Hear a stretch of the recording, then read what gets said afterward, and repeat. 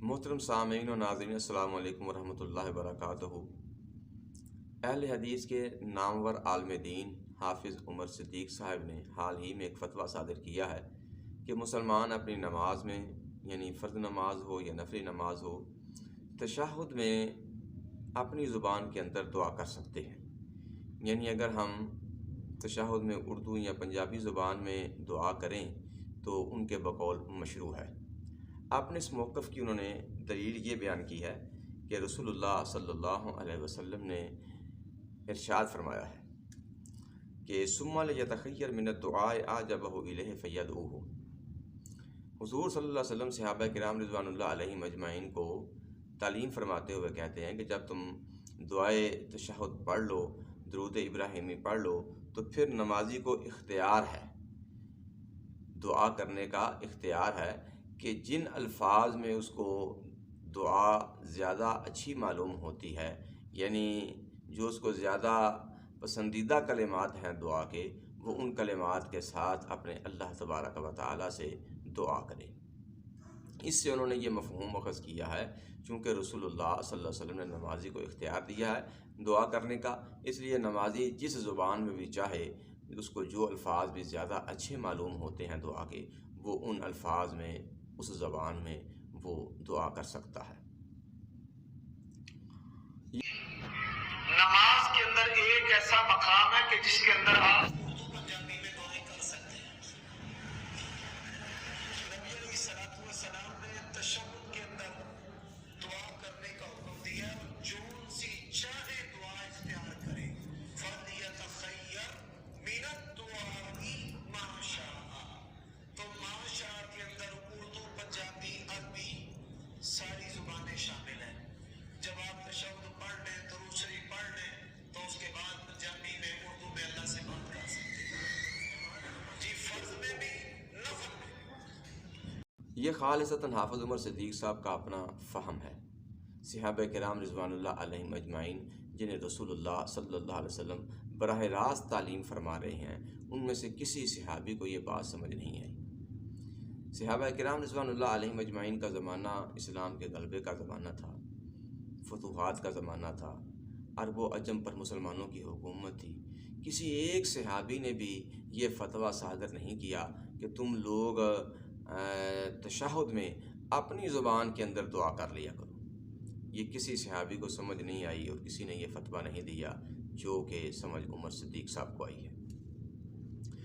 دوسری بات یہ کہ عربی زبان یہ صوبائی یا قومی زبان کی حیثیت نہیں رکھتی، بلکہ یہ عالمی زبان کی حیثیت رکھتی ہے، اس لیے کہ اللہ تبارک و تعالیٰ نے اپنے نبی آخر الزماں حضرت محمد صلی اللہ علیہ وسلم کو عربی زبان میں نازل کیا۔ قرآن کریم جو کہ آخری الہامی کتاب ہے، وہ عربی میں نازل ہوا۔ یعنی اسلام یہ جو کہ عالمگیر دین ہے، وہ عربی میں نازل ہوا ہے، اور یہ قیامت تک آنے والے تمام تر جن و انس کے لیے ایک مکمل ضابطہ حیات ہے۔ تو اس لیے عربی زبان یہ عالمی زبان کی حیثیت رکھتی ہے۔ اس زبان میں اللہ تبارک و تعالی نے اقوام عالم کو مخاطب کیا ہے۔ کوئی بھی زبان اس کا بدل نہیں بن سکتی، یعنی اس کی جگہ نہیں لے سکتی۔ ہاں، عربی زبان کسی اور زبان کی جگہ لے سکتی ہے، لیکن کوئی اور زبان وہ عربی زبان کی جگہ نہیں لے سکتی۔ اسے اللہ تبارک و تعالیٰ نے اقوام عالم کے لیے منتخب کیا ہے۔ اس لیے جس وقت ہم اپنے مذہبی یعنی دینی فرائض انجام دیں گے تو وہ اس ہی زبان میں ادا کریں گے اور اسی انداز میں کریں گے جو کہ طریقہ مصطفیٰ صلی اللہ علیہ وسلم ہے۔ قرآن کریم میں اللہ جل شانہ فرماتے ہیں، سورہ بقرہ آیت نمبر 239، اللہ فرماتے ہیں جب تمہیں خوف ہو تو اس وقت خواہ تم پیدل چلتے ہوئے یا سواری پر سوار ہو تو اس حالت میں تم اللہ کا ذکر کر لیا کرو، نماز پڑھ لیا کرو۔ لیکن جب تم حالت امن میں ہو تو فاذکروا اللہ کما علمکم ما لم تکونوا تعلمون، پھر تم اللہ کا ذکر کرنا یعنی نماز ادا کرنا جیسے کہ اللہ تبارک و تعالیٰ نے تمہیں سکھلایا ہے، جو تم نہیں جانتے تھے۔ اور نماز کی ادائیگی کیسے ہوگی جو اللہ نے سکھلائی ہے ہمیں، وہ امام المرسلین صلی اللہ علیہ وسلم نے بالفعل امت کے سامنے پیش کر دی۔ حضور صلی اللہ علیہ وسلم نے فرمایا کہ صلو کما رأیتمونی اصلی، لوگو تم نماز ادا کرنا جس طرح کہ تم مجھے نماز پڑھتے ہوئے دیکھتے ہو، اسی انداز میں اسی طریقے سے تم نماز کی ادائیگی کرنا۔ یعنی امام المرسلین صلی اللہ علیہ وسلم نے بالفعل جس طرح نماز پڑھی ہے، قیام، رکوع، سجود کیا ہے، اسی طرح بالفعل ادائیگی ہوگی۔ جس طرح امام المرسلین صلی اللہ علیہ وسلم نے قرات کی ہے، تسبیحات کہی ہیں، جو الفاظ امام المرسلین صلی اللہ علیہ وسلم نے نماز میں کہے ہیں، ہم اسی انداز میں انہی الفاظ کے ساتھ نماز کی ادائیگی کریں گے۔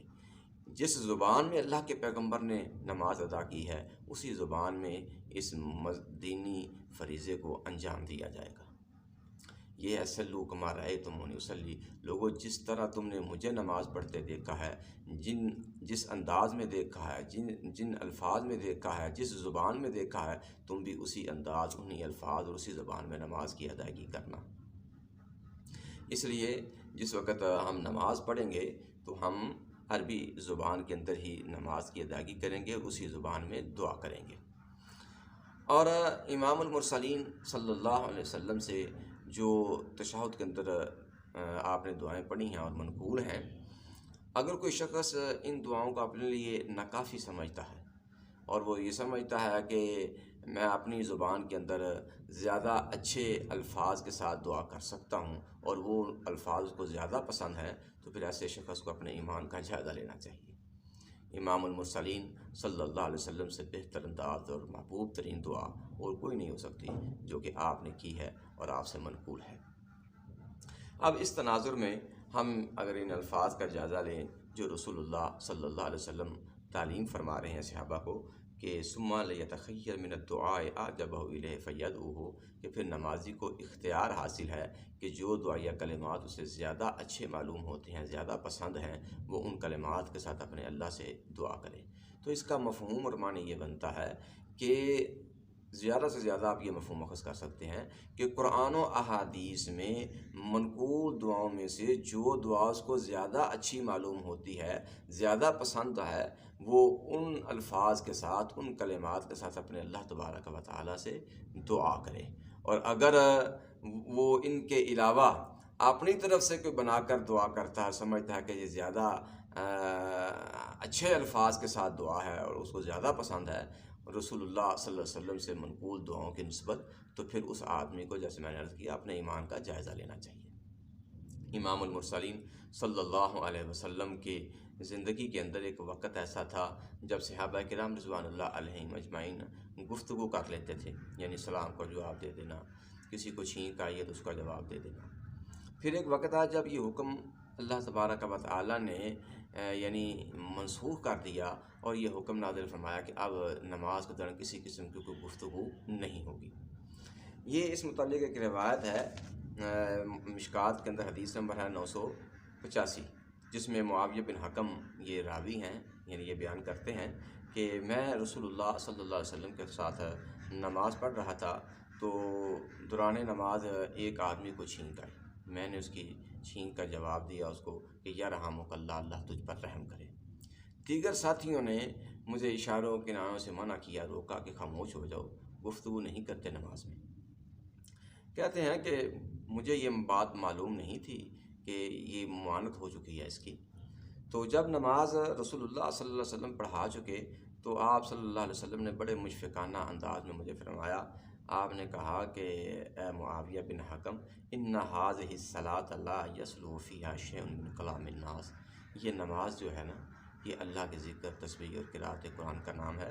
نماز کے اندر لوگوں کی کلام میں سے کچھ بھی کہنا یہ درست نہیں ہے، جائز نہیں ہے۔ امام المرسلین صلی اللہ علیہ وسلم بخوبی جانتے تھے کہ یہ عالمگیر دین ہے، اسلام عالمگیر دین ہے، اس لیے حضور صلی اللہ علیہ وسلم نے بڑی پرحکمت تعلیم فرمائی۔ آپ فرمایا لا یصلح فیہا شیء من کلام الناس، لوگوں کی کلام سے کچھ بھی، یعنی وہ کسی بھی زبان میں ہو، وہ کوئی بھی الفاظ ہوں، وہ عام الفاظ ہوں یا کوئی دعائیہ الفاظ ہوں، کوئی بھی لفظ ہو، یعنی لوگوں کی کلام میں سے ہو، کسی بھی زبان میں ہو، وہ نماز میں کہنا درست نہیں ہے۔ امام المرسلین صلی اللہ علیہ وسلم نے بڑی پرحکمت تعلیم فرمائی۔ تو خیر میرے عرض کرنے کا مقصد یہ ہے کہ حافظ عمر صدیق صاحب نے جو فتویٰ دیا ہے یہ بالکل غلط ہے۔ نماز کی جب ہم ادائیگی کریں گے تو پھر اسی انداز میں کریں گے، انہی الفاظ میں کریں گے، اسی زبان میں کریں گے جو زبان مصطفیٰ صلی اللہ علیہ وسلم تھی، جو طریقہ مصطفیٰ صلی اللہ علیہ وسلم تھا۔ اللہ سے دعا ہے اللہ ہمیں سمجھنے اور عمل کرنے کی توفیق عطا فرمائے۔ وآخر دعوانا ان الحمد للہ رب العالمین۔